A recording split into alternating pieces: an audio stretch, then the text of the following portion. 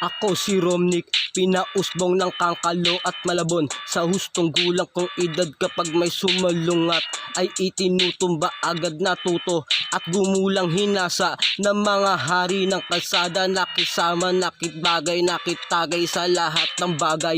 Ako ay nababagay kahit san mo ko ilapag. Ako ay kumakalampag sa kalsadang aking kinamulatan. Di pwede ang lalampa-lampa, dapat tuhod mo ay di kayang gibain.